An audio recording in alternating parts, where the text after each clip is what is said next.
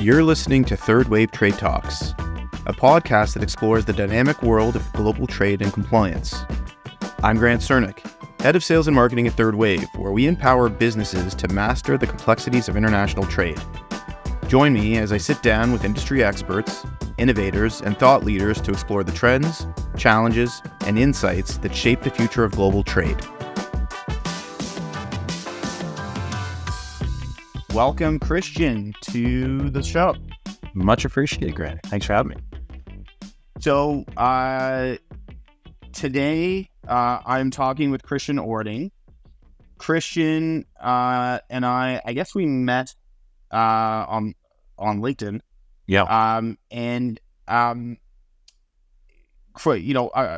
give a quick background on Kristian. So he worked for 17 years at Newell Rubbermaid before leaving and doing some consulting, and now I think he's going back into industry at some point. But I'm always really interested in talking with different people that have been in industry, working in the trade for a reasonably long time, and Kristian certainly has a set of experiences that I think are going to be interesting to those of you watching and listening.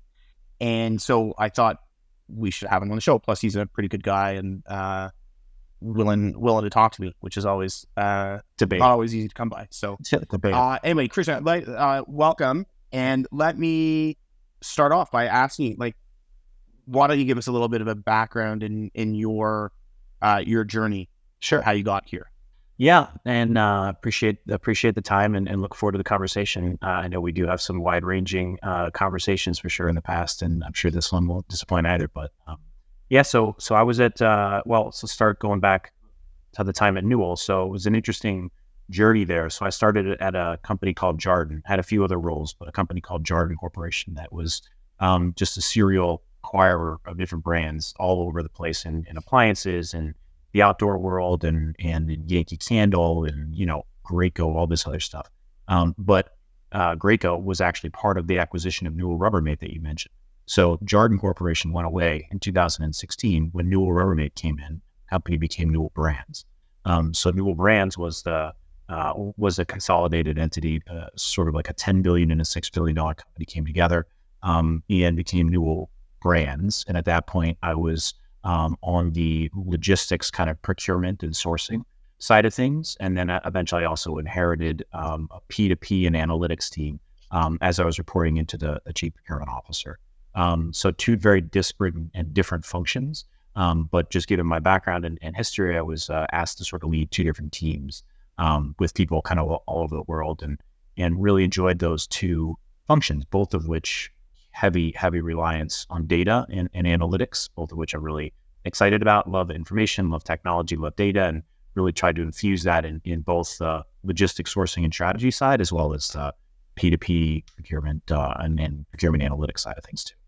I was there for 15 years and then went to a chemicals company to work with a former executive group for a little bit, and then have been doing some consulting and also looking for another full-time role for a little bit as well that hopefully will be moving forward pretty quickly before the end of the year. So yeah, that's the back of the napkin.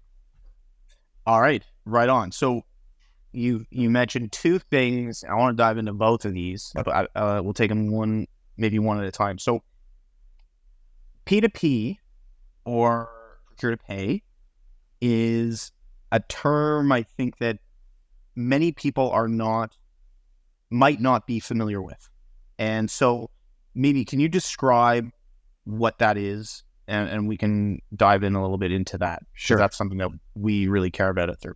Yeah, and it's a broad term, and it's more of a broad kind of process and an over kind of umbrella term that covers sort of the overall process of buying products, and essentially you're procuring them, negotiating, sourcing them, and then between that and when you're actually paying for them, there's a whole bunch of steps that happen, and different companies have different approaches to kind of managing that process. And like I mentioned, Jarden was bought by Newell, and at that point, very different functions, very different processes, very different team structures.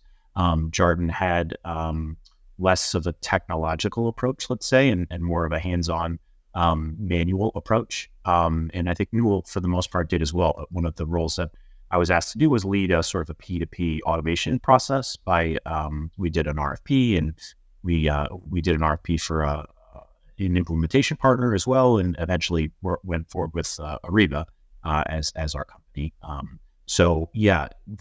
Separate from the logistics world entirely. So we implemented globally Ariba for the indirect landscape. So if you think about indirect, we actually had the logistics was separate from that. But if you think about things like copy, paper, and MRO and pallets and forklifts and temp labor and all those categories that aren't actually going into your product, Newell was a huge company, over $10 billion. About half of what, when I was there, about half of what we sold, we manufactured in our own factories, and the other half we would source.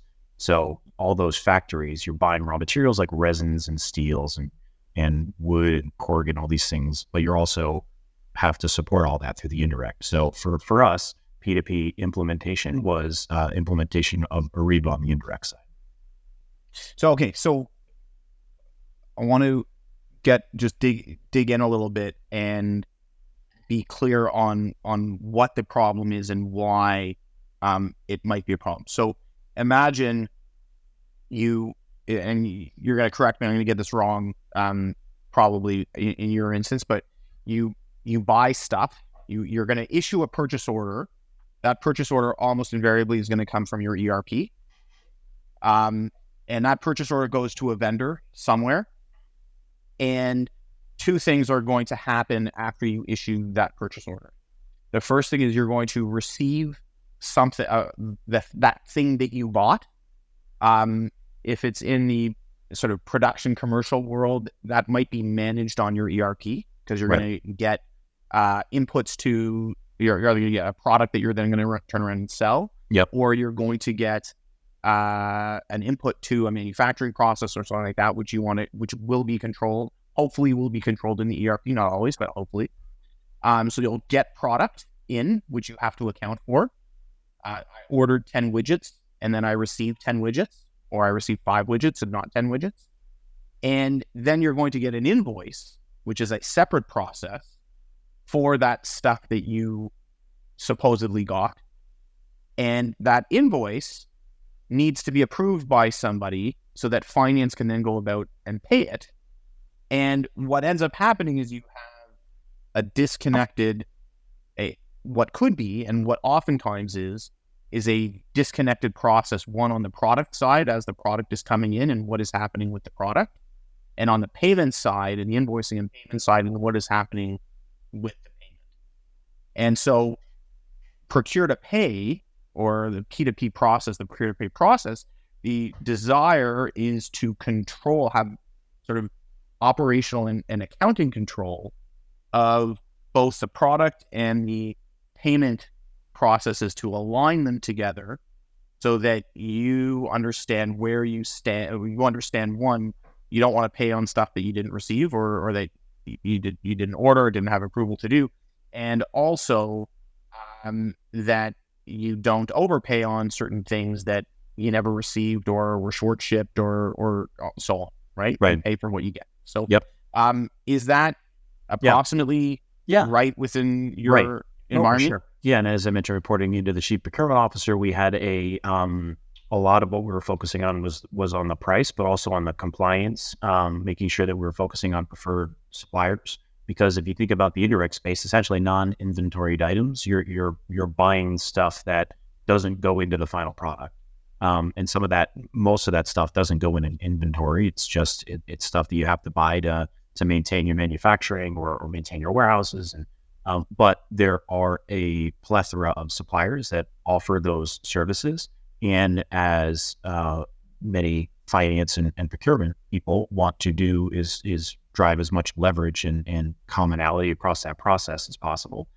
So you're sure that your terms and your conditions are negotiated with those preferred suppliers. So you're focusing on stuff like WMBE, and you're focusing on stuff like quality and all these things that are very important, but that also you have pre-negotiated pricing and kind of agreements and contracts in place. So from our perspective, sure, there was the whole process and the whole flow, and then the implementation of a automated P2P process. Of course, there's conversations about headcount and reductions and savings on that front.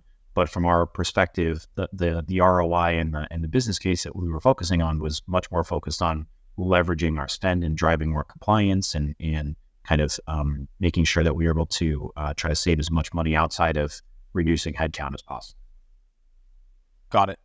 And so is it fair to say that the direct spend, the procure to pay process was managed on your ERP, which is why it fell outside, or is that not necessarily? Well, I mean, the inventory processes were certainly driven through the ERP and some of those larger. I mean, we had literally hundreds and hundreds of suppliers, and so we had different category teams. So as I mentioned, I had one team that was responsible for analytics and the P2P group, and then I was responsible for the vertical of logistics. But there was also a person that was responsible for the direct category, so resins and steels. Person that was responsible for the source finished goods, so all the stuff that we bought. We would buy finished coffee makers, we would buy finished strollers, all that stuff.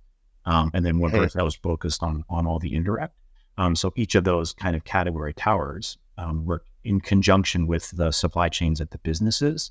But we did not have a consolidated ERP. I think Newell has made some strides towards more of an SAP house holistically, but we this particularly at Jordan, when I was there, we had a lot more smaller companies and kind of outdoor products that were on smaller ERPs that didn't make sense to consolidate. But at the end of the day, for the most part, we had JDE and SAP were the two ERPs. But for the most part, within those ERPs, there was very formal processes through which to input contract pricing, all that stuff, but also to understand kind of allocations and forecasts for raw materials and kind of volumes and all that kind of stuff. Yeah, because one of the things I hear a lot when I speak to people, I talk to people like you, and I'm always amazed at what I would expect is the standard practice of managing a P2P process on system. For whatever reason, and there are specific reasons why this is the case, they cannot manage procure to pay in their ERP environment, even on direct spend items. They have. And so I'm wondering maybe if you can talk about that as it relates to your experience at the various companies within Newell Brands or elsewhere. What have you found, and is that commonplace or not in your experience? I would say less of a focus for me. So I was my hand was raised on the P2P side because I was focusing on the analytics and focusing on data. And as I mentioned with the different ERPs, essentially what we needed was someone to help bring all the information together so that we could manage contract compliance. We could drive as much leverage as possible. We could see if there was rogue spend. And this, for instance, we would be throwing a bogey so my boss reported to the chief finance officer. And he would make a commitment to the shareholders that we were going to drive 10 days of working capital improvement across our cash conversion cycle across the board. And so he would hand down different kind of targets to individual people. So the chief procurement officer got a 10 days payable extension that he was asked to do. And so he came to me and said, hey, how are we going to get the information to pull all this together? How are we going to track? What are we doing? And how are we going to get better visibility into what is our baseline? Like how much, what are our days payable across all the categories? And then we work with external suppliers to say like, hey, what should our baseline be? What should our targets be by the different categories? And, you look at indirect and it's got very different targets across the board, from a IT supplier to a, real estate to a contracting company to temp labor. So those are the kind of things that I was got asked to help participate in addition to driving this the P2P implementation and the focus on Ariba. So on the direct side of things, didn't get involved in that as much as possible. Sure. Mm. Yeah. No, fair. I mean, it's such an interesting position to have where you're actually reporting up to the CFO, where most of the people I Really? speak with probably report up to the chief supply chain officer or something, Or something like COO. that, Yeah. or the chief operating officer. Right. And the view, listen, supply chains have different perspectives. You can have the operational view of the supply chain. You can have the finance view of the supply chain. Reporting to the CFO is going to give you a focus on how do certain measures that matter at the financial level translate into the operations, and it's more oftentimes a math equation as opposed to a real practical operations equation. How do we do things? So saving 10 days of payables or something like that is an interesting problem, especially if your indirect costs are like 50% of your total costs. Yeah. That's a considerable thing to do. And so how do you go about doing that? Is that purely like a terms, getting terms extended by on average 10 days? Well, yeah, I mean, so if you think about the cash conversion cycle, there's the inventory, the sales, and the payables piece, right? And so there's the DPO calculation that we didn't feel that we influenced as directly, because the payables, sometimes there was holds at the end of the month, and there was some other there was nuance that happened on the AP side that didn't exactly tie to what we were negotiating. And so what we did was convince the CFO that in order for us to track progress, create baselines, and have more clear transparency of what we wanted to do, we wanted to focus on the weighted days to pay. Essentially, what are our contracted payment terms across all of the categories, and then we want to create a baseline, and then track our improvement against our weighted days to pay rather than our DPO. So even having that conversation required data and information and kind of convincing. Because weighted days to pay doesn't exactly tie into the cash conversion cycle as DPO does. But no, the whole process was understanding, creating a baseline, getting all the data, all the information, and then trying to figure out. So we spent about $7 billion worth of, $7 billion across all of our categories, right? So direct, so the raw material spend was direct, the source finished goods, the indirect, the logistics, all those categories. Indirect plus logistics was it was less than half. It was probably closer to three, maybe 2.5, 3 billion. So the majority of it was steels and resins but also the source finished goods stuff that we purchased. So each of those categories, we really wanted to create a baseline and understand, because some of them we had much more penetration from the corporate approach in the centralized contracting and centralized approach, and the whole procurement process and stage gate process and all that stuff. Other categories were a little less mature in that, but creating an understanding of where are we across all of those categories, what are our weighted days to pay, and then, as I mentioned, working with an external kind of party to help us understand, like, what should our benchmark be for logistics payment terms, or what should our benchmark be for consulting services or IT or steel. But then even within that, what should the steel payables be in Europe, and even within Europe, within the different countries, and then in the US, because we're buying stuff globally. So that whole process just required a very analytical and consistent kind of project management approach, which is why I was asked to sort of lead that and work with all those category leaders, of which I was the logistics category, to try to drive consistency and value there. And it was a big number, because as you start to look across all the different categories, and you have very different approaches, and then the most important thing, I think, from our standpoint as a procurement team, was to make sure that we weren't just offsetting payables with cost, right? And so we weren't pushing out somebody from 60 to 90 days, but then all of a sudden our purchase price goes up 5% or whatever, right? And they were playing games. So we didn't want to just check the box and say, here, CFO, we were able to do this. We wanted to make sure that we were approaching it in a kind of more pragmatic fashion, so that what we were doing was going to last. And I think it did, for the most part. I mean, there's certainly even creating that baseline and understanding the category strategy across the individual categories, and then breaking out like our supply base and understanding we've got, how to segment our supply base to say we've got some suppliers that are multi-million dollar suppliers of which we can't source that product anywhere else because they have the IP. They're making that for us essentially. So if we push them too far and they tell us to pounce in, we have nowhere else to support to purchase for our customer base, down to some of these guys that we don't have any contracts with and all that stuff. So yeah, it was a wide range of exciting issues. Yeah, and so I'm just curious how you go about having that discussion. You made the point that you don't want to extend days from 60 to 90 and then have the price go up 5% or what. I mean, I would say it's generally known that terms equal financing, right? So when there's, whatever the going rate of the day is, right? And so it's got to be a reasonably difficult dance to have,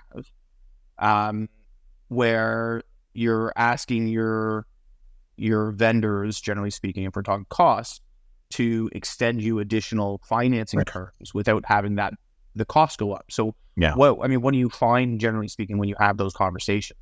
Yeah, I mean, it very much ties to your leverage, let's say, or your position with that supplier, because you have, like I mentioned, those suppliers that probably know that they're the only place that you're going to get this product. So that conversation is a different dance than somebody that you're just buying screws from, and you could buy them from any one of 100 suppliers. And if you push back harder on them and they say no, you could probably go somewhere else or renegotiate a contract. So a lot of our focus, aside from building the baseline, getting all the information together, when we started to move forward with negotiations, it was kind of creating negotiation packs that talked about the industry, kind of, what was the category, kind of, and then we focused on where they were publicly traded companies. We would dig into their financials and kind of see what their DSO is and kind of focus on, like, all right, well, our average is less than what we're seeing, or if it was more, it was a different approach, right? So it was a whole bunch of, like, almost like a checklist of, all right, what are our terms? Are they under the benchmark of where we think we should be? When was the last time we had a negotiation? What is the price or the payables look like in those negotiations? So it was kind of creating like a negotiation pack for our sourcing teams to go into those conversations for the bigger ones, right? And then there was the kind of mid-tier that was sort of a little bit different, kind of different conversations and different negotiations. But then there was also a tail where it was smaller suppliers. Even in the smaller suppliers, this whole process was many months in making progress, right? But the process was, all right, these are all the suppliers that we're going to say, hey, listen, we are under new management. Newell Brands is a new company. We want to kind of follow best practice. Best practice is 90 days in this category. We're going to push you to 90 days on this date. Thank you, kind of thing. And it wasn't even like let us know. But even before doing that, it was kind of, hey, we said to the category teams, like, listen, if any of these guys are critical suppliers where they're providing, it's a couple $100,000, but it's fan belts that run for this specific piece of equipment in our factories in that are making a specific product. If we can't get those, our factories will go down. All right, we'll take them off the list or approach them differently. So it was a lot of project management, kind of understanding who you're working with and kind of the criticality, and then sort of your position in the dance.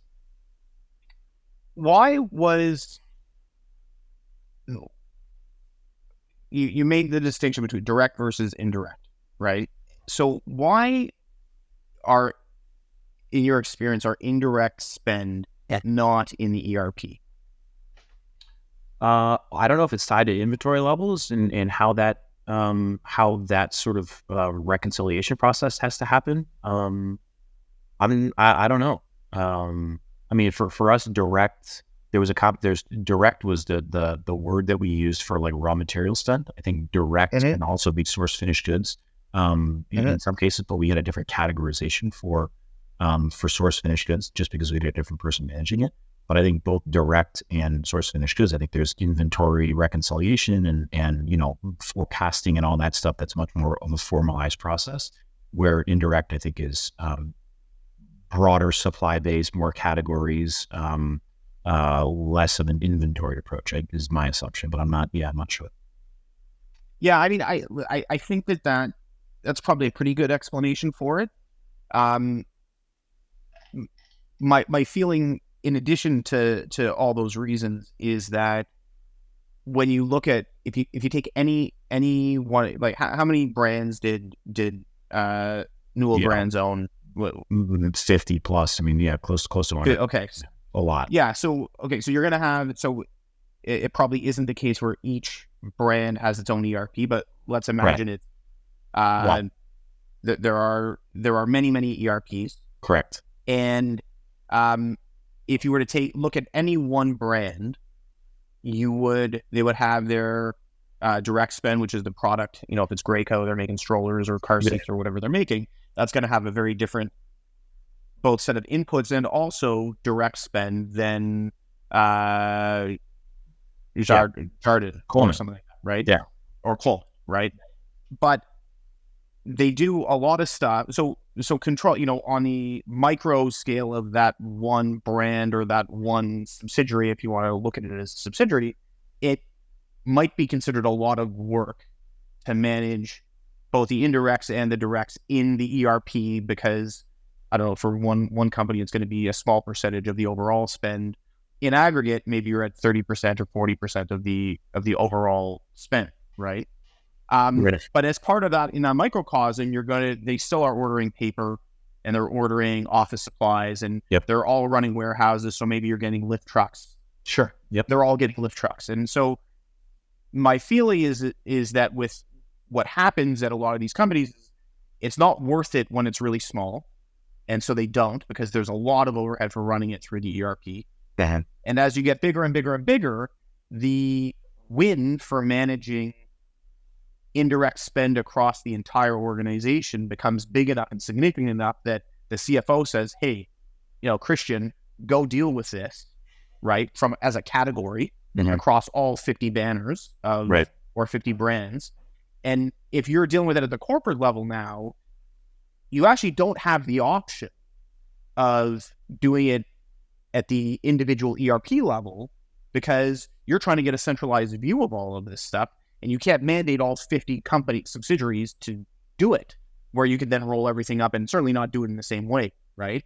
Yeah. So the outcome then is that someone like a Kristian, the CFO instructs, hey, you go do it for all 50 companies, which means you're going to have to get effectively your own ERP.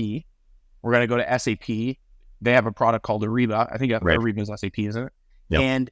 And now you're going to do it across the entire world of Newell, and you're going to have one process to try to, as a clearinghouse for all of this stuff. So now you have visibility and data that you can now use and help the CFO do what he needs to execute on, right? Right. Which makes things interesting at the corporate level, but I'm wondering then at the operating level, what was the impact of this? What was the impact that you found, if any? Did it impact, like when you made decisions that you were going to extend terms for different things, did it have an impact at the operating level, or was this totally transparent to them? Yeah, I mean, so the working capital initiative was before the Ariba implementation. It's in somewhat in conjunction with, because the working capital initiative was a kind of multi-year transition for sure. So on the days payable, we tried to partner with the businesses as close as possible to ensure that we weren't stubbing our toes in negotiations or ending up in situations where we were directing a change of terms that was going to cause us to increase pricing substantially or not have support for a specific product. So, I mean, there was definitely feedback loops internally for us to make sure that the category manager, right? So I was logistics, but there was somebody that was focused on indirect. And so that person that was over indirect had somebody that was focusing on kind of the MRO side of things. So, all the stuff that goes in and around the factories, so that the people in the factories knew, like, hey, this is going to happen. I need to raise a concern. There were certainly some of those that happened in some kind of reversion of terms and conditions, but for the most part, the communication and the process was, I think, structured well enough that the suppliers understood that it's the approach. It's sort of the sign of the times in terms of that we were getting pushed out from our major customers. The big box guys are coming to us, and that was part of our kind of negotiation bracket. Like, listen, we're getting pushed out on our terms as well from the big guys. This is just coming down the path. You're just lower on the totem pole than we correct. are. Yeah, it just rolls my mouth. Terribly sorry, but so that was one of the items, and then trying to figure out from within their P&Ls, like what are they seeing for some of their other customers, and trying to soften the blow a little bit, and then implementing things like supply chain financing and other kind of programs where they could alleviate some of the impact of that with supply chain financing partners that we negotiate with a couple of different banks as well. So. Cool. Well, let's switch tracks a little bit to the freight side. Yep. And I want to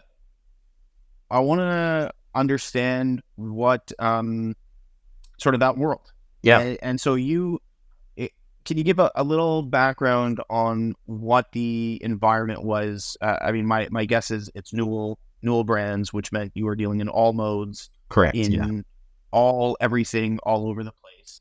Yeah. But maybe can you give a sense of what that looked like? Sure.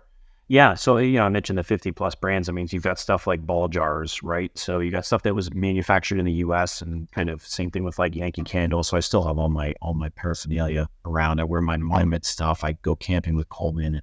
So you got a ton of different companies that manufacture stuff in the US, but also that source product and import into the US. But we also started making Yankee Candles in Czech Republic, and we had huge factories for Coleman making the gas canisters in France, and so we had a huge operating portfolio all over the place, of which you have inbound transportation and outbound transportation, right? So you're bringing raw materials or finished goods into your DCs or your manufacturing facilities, and you're shipping it out to your customers or to their DCs and whatnot. So we spent over $700 million in transportation spend across ocean freight globally. So we had different kind of negotiation approaches, and we could talk through some of that stuff. But we ocean freight was a huge category for us. Ground freight, so truckload, less than truckload, and parcel. We had air freight. We had a very small kind of component of rail, which for the most part was tied to intermodal for inbound the ocean freight. But we had negotiations for warehouses in Australia, for ground freight, intra-Europe, and all that kind of stuff. So a very complex network, and my focus was trying to leverage and build more strategic relationships globally. In some of those categories, there was opportunities to build more global partnerships. Other categories, the transportation was really more regionalized, and you had stronger domestic or kind of intra-country partners, where there wasn't as much of an opportunity to kind of leverage a big less than truckload partner in the US for what we were trying to do in Australia. So we had sort of different teams under me that were focused on the different categories. But as I mentioned, ocean freight and freight forwarding, origin management was really one of the categories that we looked to build a more global process for.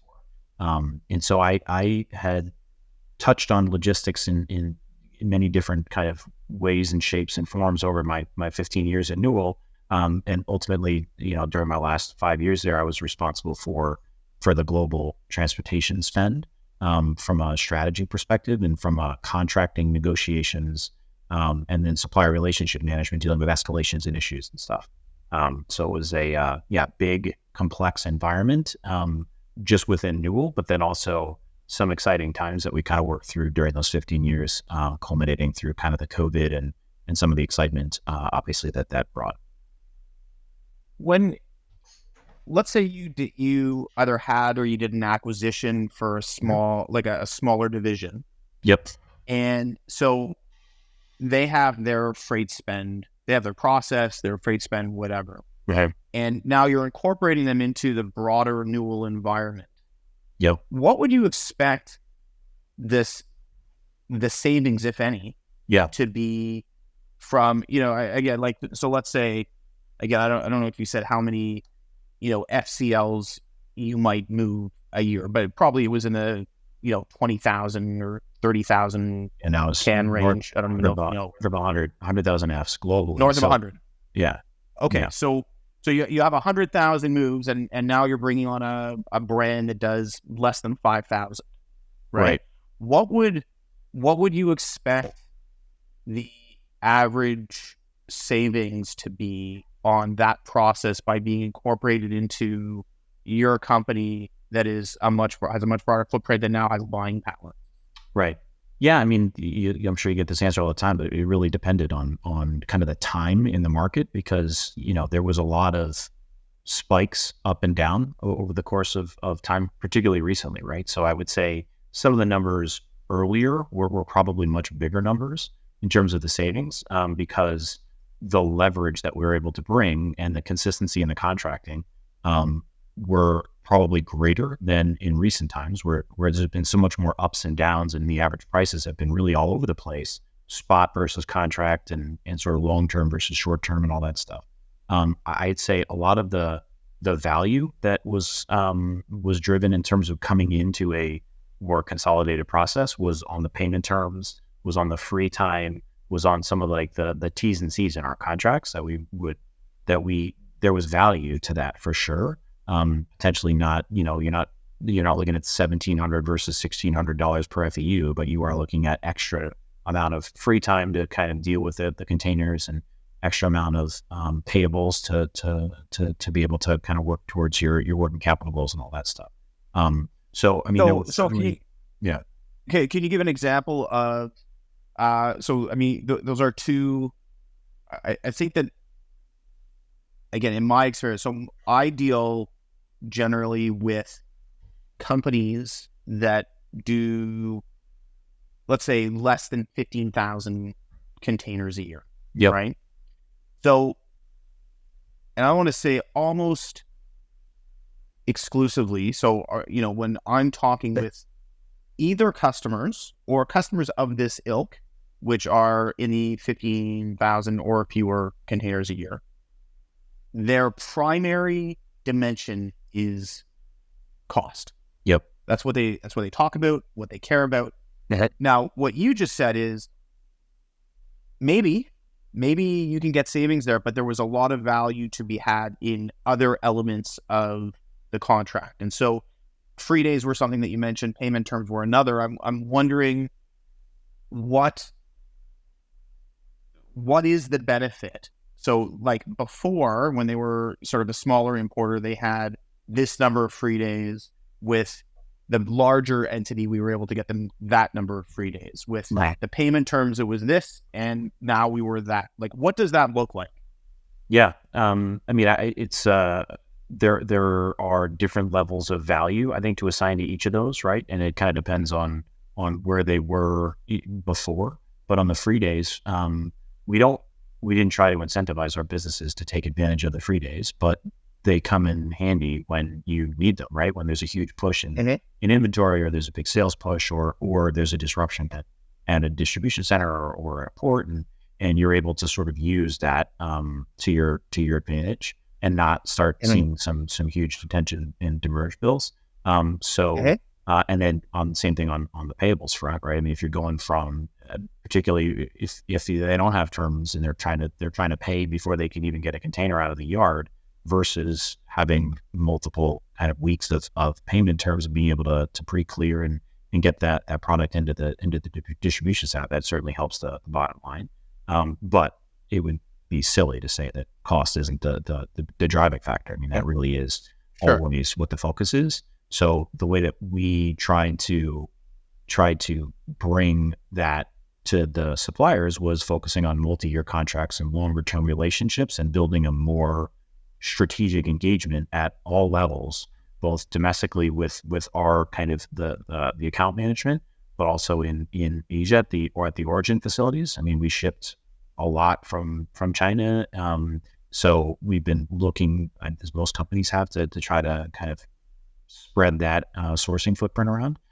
But we spent a lot of time traveling over to our offices in Shenzhen and Hong Kong, but also at the carrier offices in Ningbo and Shanghai and within Shenzhen and the different ports, to try to build those relationships as well. and then also at the carrier headquarters. So all of that builds this partnership that I think the value that comes out of that is the consistency of movement of your containers and being sort of the on the shorter list when there are disruptions or capacity reductions and all that stuff, and you're looking to secure your MQC or you're looking to secure your allocation. You're on a shorter list of people that are going to get that because you're looked to as a longer term, more strategic partner. And that's and still is in process of taking many, many years to develop.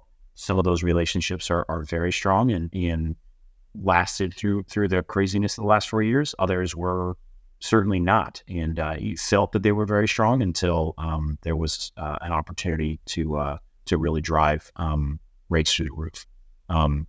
So, I mean, I would say, yes, the payables and the chassis and the floating bunker and all those things that we push for.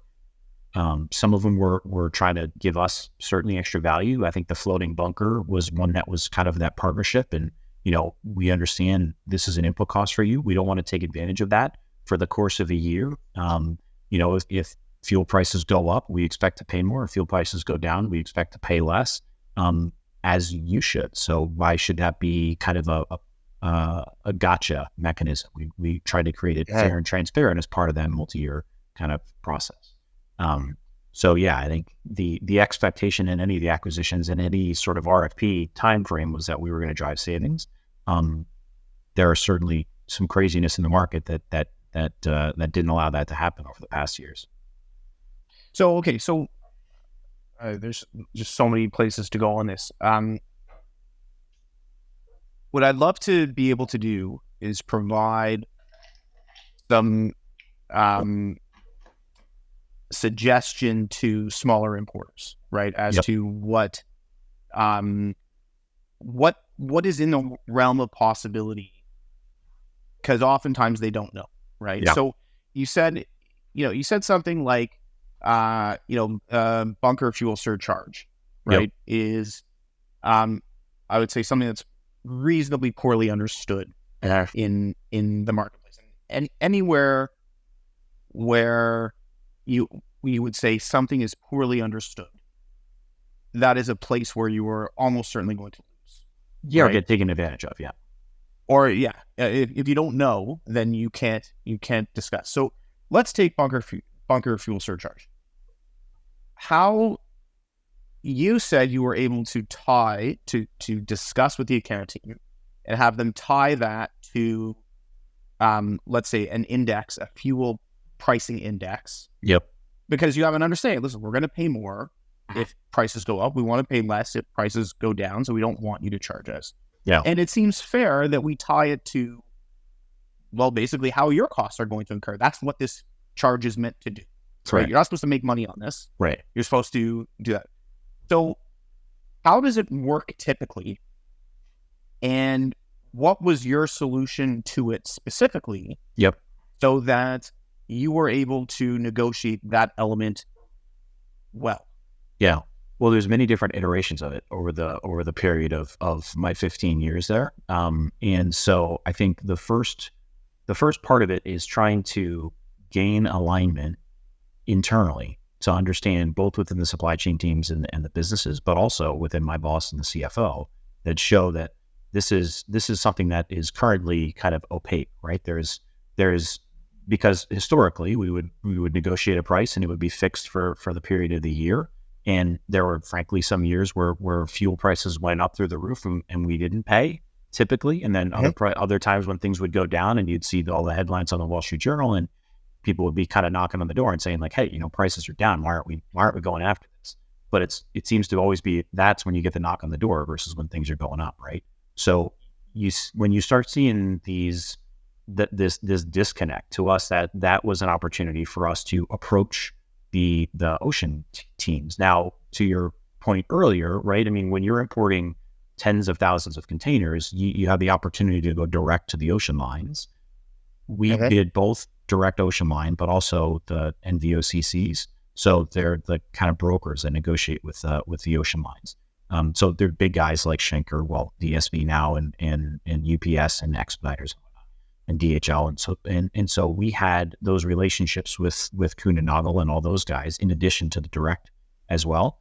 And if you're going, if you're not even contracting, you're just going to these NVOs, you could be operating on a spot price, which is sort of, it factors in the fluctuations of the ocean kind of market directly. So when you're trying to negotiate longer term contracts, whether it be a year or longer, and you're trying to kind of build this transparency, this is how we started to develop this kind of bunker mechanism. The first negotiation, the first approach was just to at least pull it out, try to understand from the ocean carriers, like, hey, call it $2,000 we're paying for these ocean containers. Like, how much approximately is bunker? Like, how much, if you were to try to estimate per container? Some of those carriers are very savvy and technical and have their account team or their internal marketing teams have whole documents on how to explain that. Others have no clue, and they were not at all understanding of the conversation or the context of why we were looking to ask. So you have to sort of approach it differently with different carriers. I think to this point now, that's much more, because then you had different types of fuel that were kind of being factored in due to the environmental considerations, and so that got more expensive. So there's been, I think, much more of a conversation about it now. So I think most carriers are probably familiar with it. But our approach was to at our size, we were able to have one boilerplate agreement that essentially we have. This is the Newell Brands boilerplate agreement. These are our terms and conditions. In order for you to participate in RFP, you need to sign off and agree to these.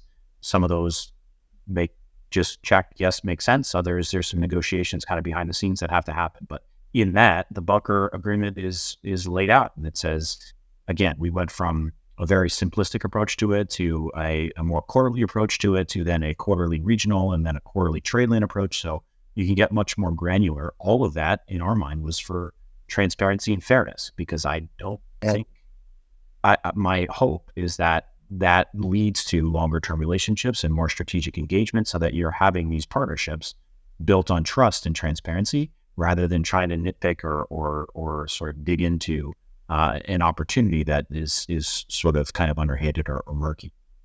So eventually getting to a quarterly bunker that is very publicly traded. There's bunkerworld.com is a bunker index that gives you different kind of indexes by trade.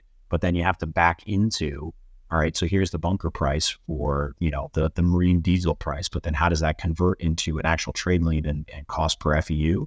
And there was some black magic that kind of happened in some of that. But essentially, if this price goes up by X, the bunker price that we pay to you per container will go up by Y. And then having that pre-negotiated and cleared, I thought was a good and fair way to go about it. And then what about on like free days in port? What, of course, it's going to depend by region and by location and so on and so forth. But what was your strategy there? And did you, where did you end up netting out as far as what the free days that you were able to negotiate, both import and out of port, I guess? Yeah, as it related to, your ocean freight.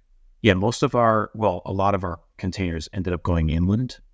So we had our approach was to focus on, rather than negotiating with the rail lines, was to have the carriers manage those relationships, and for us to just focus on our negotiations with the steamship lines. And so we had a number of distribution centers inland. We had hundreds of containers that would show up at one time to an inland rail depot. So for us to work through all of that stuff, to get it to the distribution center, empty it, and bring the empties back, and we had drop-in hook programs and all that kind of stuff. But even so, we needed to build some buffer into the amount of time that those containers were allowed to sit at those inland rail depots or sit at our facilities. We definitely padded it. That was one of the numbers that we probably took advantage of our size and sort of said, you guys have to agree with this. And so for certain businesses in certain regions, we would bring, kind of make it more safe so that we wouldn't be paying large fees.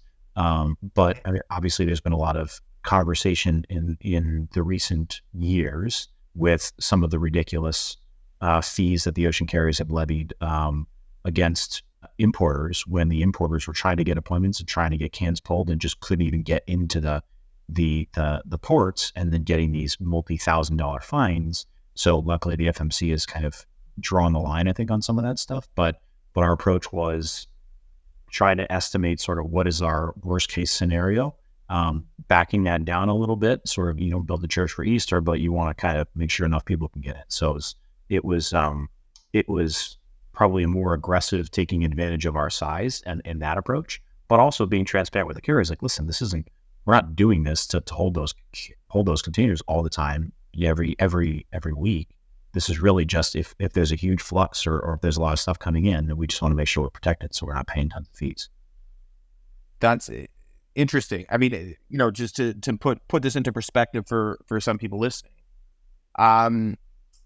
when you're dealing with 100,000 containers a year around the world, it wouldn't be surprising, as you said, if you have 100 containers on a ship, and that's on a ship, on a vessel that's coming in, there are going to be 100 containers in the port at one time. If you have a contract with a dray carrier for 10 pulls a day or something like that, well, that's going to take you you have a contract for 10 a day, you might not be able to get 15 a day or 20 a day or 100 a day. That capacity doesn't exist in the dray world, right? Uh-huh. So you're kind of stuck pulling 10 cans a day, and that's going to take you 10 days to do it, to clear that backlog. And that's provided no other vessels are coming in and behind with additional containers, right? And so that's one of the problems. Like, when you get to scale, you have that problem. And even if you're doing less scale, right? At 3rdwave, we have one customer that does significantly less than that, but they could have 50 containers on a vessel, right? And it creates a real problem, whether it's inland or otherwise, for how to clear those containers. So, the free, what I typically advise people is, you actually don't want, you might not be sophisticated enough to calculate what a free day is worth, but the NVOs and forwarding world and carriers do. They know exactly what it's worth, and so if you're going to negotiate, you just need to be clear that what you're negotiating and why you're negotiating it, because it might sound like a great idea to get 15 or 20 free days for every shipment, but if you end up moving all your containers within 2 or 3 days on average, you're paying for an extra 17 days in your contract, and you're actually paying for those. And if freight price actually matters to you, then you probably should be able to get a much better price were you to negotiate much fewer free days in port. Yep. Yeah. Some of the carriers would come to us with detailed spreadsheets and like, this is your pull time, this is on average how fast you're getting the empties back and all that stuff. Others we're less sophisticated in that conversation for sure. But yeah, it was a very regional and in some cases business specific negotiation that we were looking to drive it in order just to kind of pad things, so let's say make things a little safe. But to your point, I mean, there are potential costs to that. The only other side of that was the carriers knew that we weren't typically using that. It was really more of a safety net. Mm-hmm. So one of the challenges that you get, so you had said, okay, you're going to have, you got to sort of regions and then sub-regions and pricing by sub-regions and lane and this and whatever. So now what often ends up happening is now you have, the more complex you make your pricing, let's say, the harder it is to decipher your freight invoices as you get them. And so I'm wondering what your strategy was on the invoicing side to enable the approval. I mean, I think it's well known in the industry that invoicing is fraught with errors, if you will. So how do you, in your environment then, deal with the approval of invoices for payment Or is that just you just say, okay, we're outsourcing this and make it somebody else's problem? It was a mix. So we did have some of the businesses used kind of bill pay and audit companies, external companies that were entirely separate from AP and entirely separate from any of the other NBOs or whatever.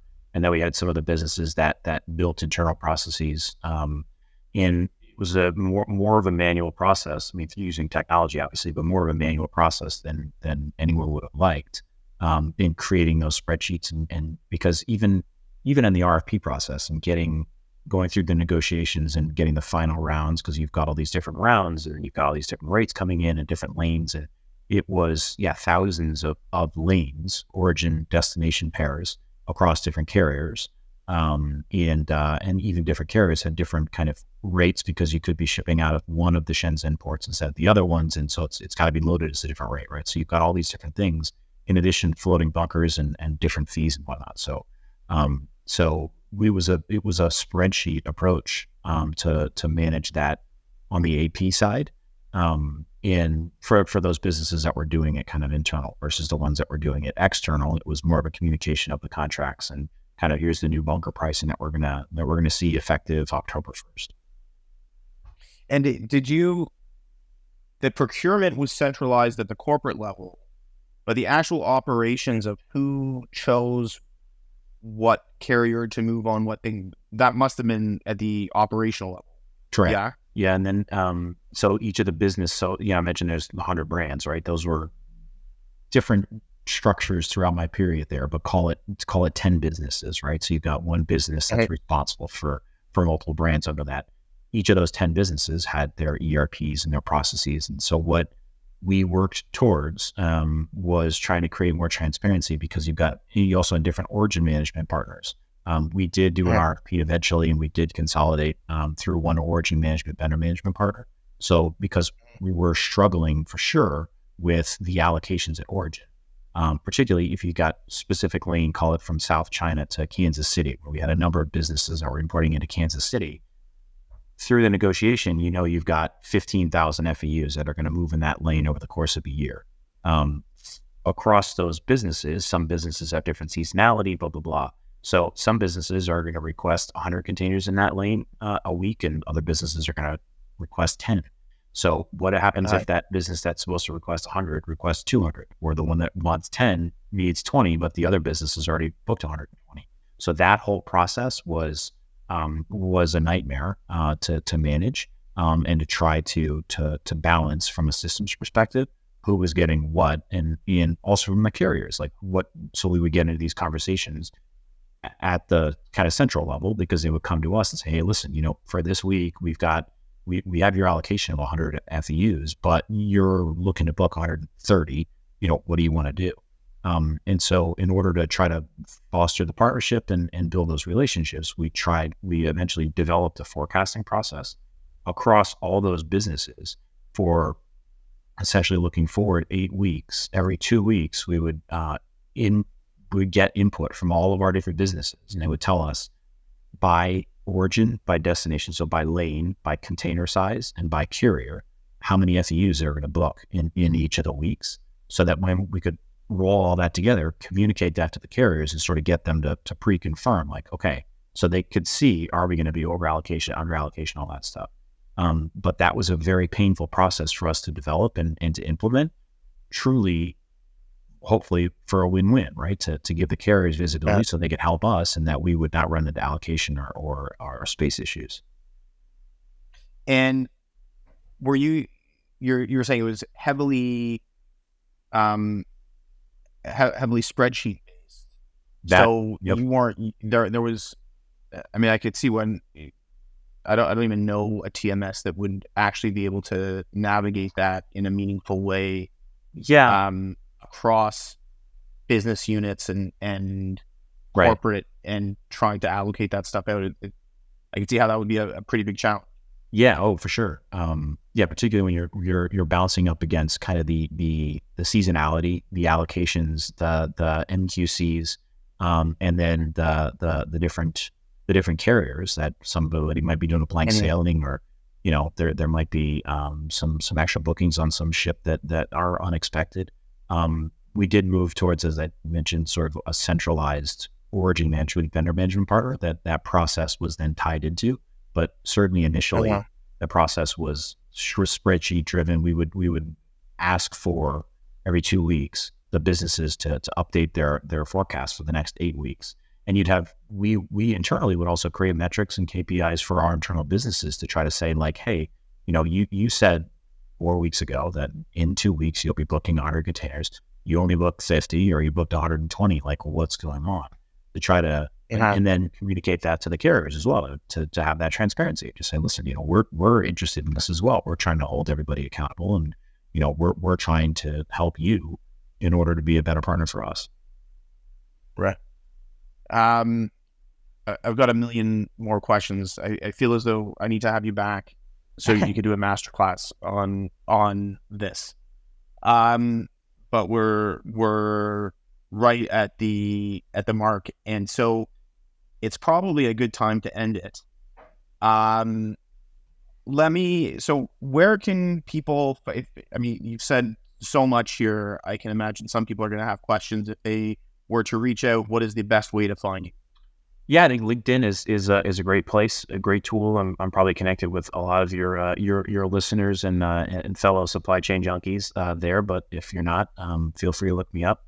I spell my name with a K, which is the right way to do it. For all those CHs out there, I apologize, but yeah, always happy to network and connect with folks through LinkedIn or I think that's probably the best way. All right, right on. Well, let me thank you on behalf of our viewers and listeners. Kristian, thank you so much for your time. I can't wait to have you back on. We're going to do this masterclass at some point. And I wish you a lot of luck in the next few weeks are going to be interesting for you, I know. Sure. And so I wish you all the luck on that. And can't wait to chat with you again. Yeah, so it's a pleasure. Thank you so much. Yeah, thank you. All right. Thanks for listening to Third Wave Trade Talks. To get in touch and learn more about what we do, visit our website at thirdwave.co. There you'll find more resources to enrich your knowledge of global trade. Thanks again for tuning in. We'll see you next time.